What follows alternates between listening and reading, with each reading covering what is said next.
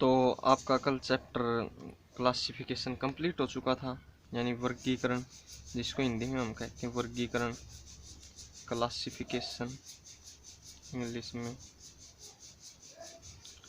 तो कुछ एग्जांपल्स मैं आज आपके लिए लाया हूँ, तो आप देखो आराम से, ध्यान से।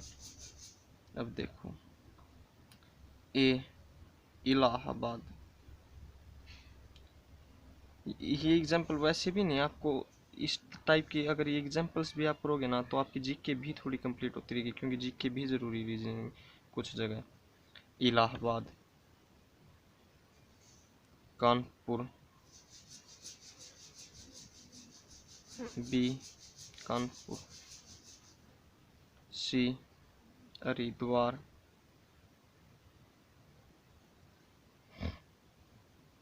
डी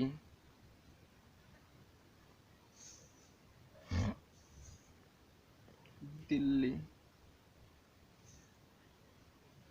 अब आपको इसमें से अलग बताना है, पर तीनों में सिमिलरिटी बतानी है। ऐसे नहीं कि आपने उठा के दिल्ली कह दिया, दिल्ली क्यों आंसर, दिल्ली को टालो, मैं इसकी जगह अयोध्या लिख देता हूँ। चलो फिर, ये दिल्ली तो राजधानी, अयोध्या आ गया। अब इसमें अलग बता सकते हो आप। अब देखो, इसमें अलग बताने के लिए इस टाइप के पेपर भी कई बार क्वेश्चन आ चुके हैं, इस टाइप के क्वेश्चन भी कई बार पेपर में आ चुके हैं। तो अब इसमें हमको विषम संख्या बतानी है, पर तीनों में सिमिलरिटी भी बतानी है साथ ही साथ। अब देखो, इलाहाबाद, कानपुर, हरिद्वार, अयोध्या, 4 शहर हैं। आप तो वैसे ये भी कह सकते हो इलाहाबाद, कानपुर, अयोध्या यूपी में, हरिद्वार अलग है। आपका आंसर करेक्ट है, पर इसका आंसर वो नहीं है। जैसे मैं अगर हरिद्वार की जगह यूपी का ही कोई शहर ले लेता तो अलग हो जाता। अब देखो, इसका आंसर क्या होना चाहिए। इलाहाबाद गंगा नदी के तट पर, कानपुर गंगा नदी के तट पर, हरिद्वार, और अयोध्या सरयू नदी के तट पर है। हमारा आंसर क्या आ गया, अयोध्या। एक और एग्जांपल देखो, ए 8,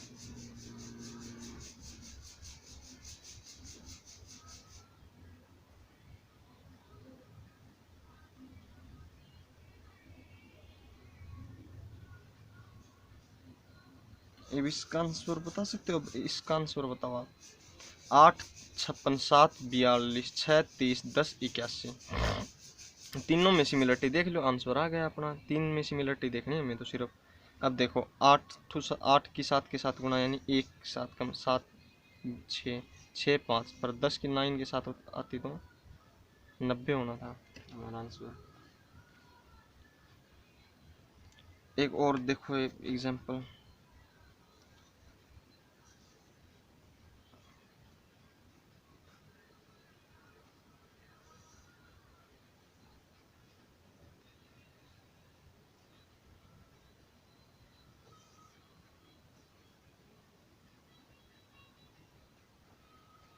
अब इसका आंसर आप बता दो मेरे को। रावी, सिंधु, सतलुज, नर्मदा, इन चारों नदियों के नाम हैं, पर तीनों में सिमिलरिटी है, जो अलग है वो बताओ आप। अब इसका आंसर आप बता सकते हो। इसका आंसर क्या आना चाहिए। अब देखो, रावी, सिंधु और सतलुज तीनों J&K से निकलती हैं, जम्मू कश्मीर, पर नर्मदा MP में से निकलती है। आपका आंसर ठीक है, इन तीनों में सिमिलरिटी है। पर अगर मैं इस सतलुज की जगह गंगा ले लेता तो इसका आंसर क्या होता, अब इसमें देखो, अगर ये गंगा, सतलुज की जगह मैंने गंगा ले लिया। अब इसका आंसर आप बताओ। रावी, सिंधु, गंगा और नर्मदा। अभी भी इसका आंसर नर्मदा रहेगा। कैसे, मैं बताता हूँ। रावी उत्तर से दक्षिण बहती, सिंधु भी उत्तर से दक्षिण बहती, गंगा भी आगे जाके वो कहीं पर शुरुआत उनकी उत्तर से दक्षिण की तरफ होती है। पर नर्मदा नदी एकमात्र ऐसी नदी है जो उल्टी बहती है, दक्षिण से उत्तर की ओर जाती है, फिर बाद में पश्चिम की ओर घूम जाती है। इसलिए मैं आपको बता रहा हूँ, रीजनिंग बिल्कुल आसान चीज़ है।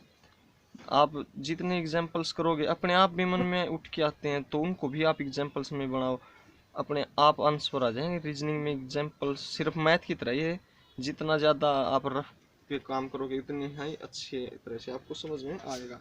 अब आपका सेकंड चैप्टर शुरू करता हूँ मैं। सेकंड चैप्टर, फर्स्ट आपका कंप्लीट हो गया। अब सेकंड क्या करवाऊंगा मैं शुरू आपको, एनालॉजी, हिंदी में जिसको बोलते हैं सदृश्यता परीक्षण, सदृश्यता परीक्षण। सादृश्यता का मतलब होता है समानता, यानी हमको एक पेड़ मिलेगा और आगे उस पे एक अलग पेड़ उसी टाइप का हमको समान बनाना है। आपको दिखाता हूँ मैं। अब जैसे एनालॉजी का एक आप एग्जांपल देखो, ए नहीं सॉरी इसमें ए तो आता ही नहीं है। अब देखो भोपाल,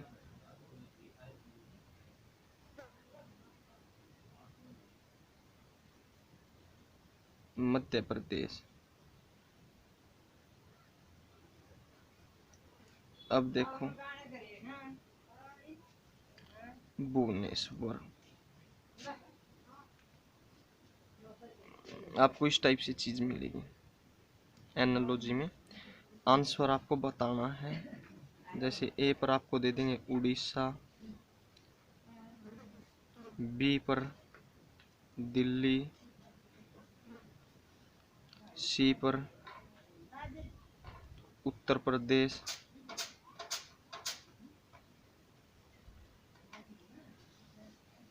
और डी पर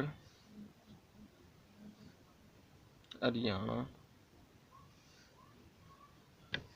अब इसका आंसर आप बताओ। देखो भोपाल एमपी की राजधानी है, तो भुवनेश्वर किसकी है? उड़ीसा की राजधानी है। ये भी आपका सेम वर्गीकरण की तरह ही है। ये भी उन तरह से आएगा, शब्दों पर आधारित है। जैसे अब आ गया संख्याओं पर और अक्षरों पर। जैसे अब आपको मैं सब संख्याओं का दिखाता हूँ कैसे आएगा। अब देखो 7, 50, बीच में ये आएगा ना 7, 50, 11। हमेशा एक बात ध्यान रखना है, एनोलॉजी हमेशा ऑप्शंस पर आएगी। जैसे आपको वो भी बताता हूँ कैसे।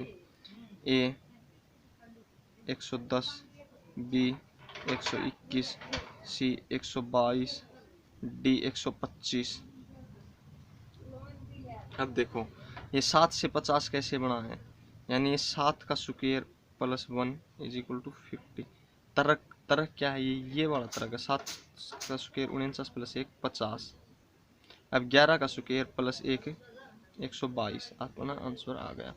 अगर अगर इन ऑप्शनों को हटा दूं मैं, इन ऑप्शनों को, और इसकी जगह मैं ये रख देता हूँ। देखो आप देखना 70, 78, 80,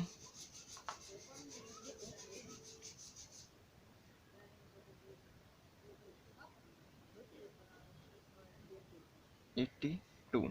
अब इसका आंसर क्या आएगा? देखो अब इसमें ऑप्शन के हिसाब से चलना हमको एनोलॉजी में। अब देखो 7 से 50 कैसे बन गया? एक बार ये फिट करके देखा हमने, इसमें नहीं बैठ रहा, चलो ठीक है। 7 गुणा 8 56 माइनस 6 50 आ गया। उसी तरह 11, 7 8 56, 56 में से 6 गए 50। उसी तरह 11 गुणा 8 माइनस 6, 11 8 88 में से 6 गया 82। अपना आंसर आ गया। इस टाइप से हमें एनोलॉजी को करना है। कुछ और एग्जांपल्स आप देखो, जैसे संख्याओं पर भी दिखाता हूँ आपको और वैसे भी दिखाता हूँ। जैसे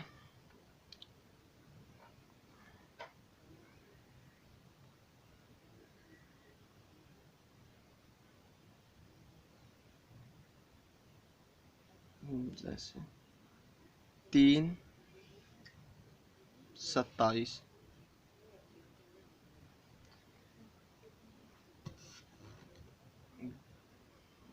9।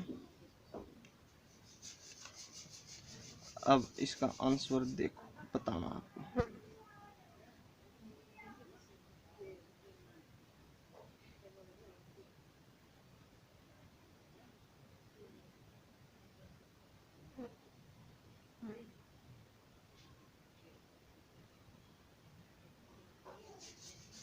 अब ये है, अब इसका आंसर क्या होना चाहिए? अब देखो 3, वैसे तो ये 3 का क्यूब है, पर 9 का क्यूब कितना होता है?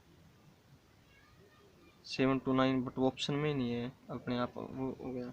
अब देखो और क्या तर्क लग सकता है?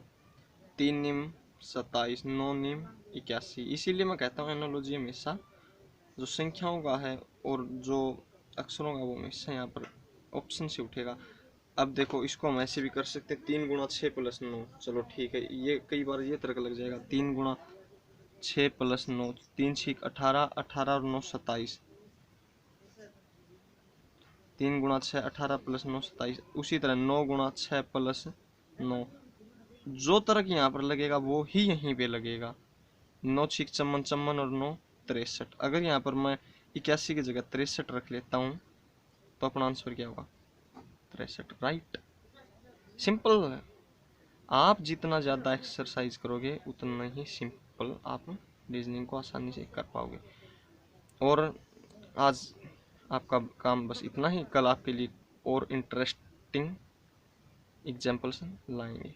Okay, thank you.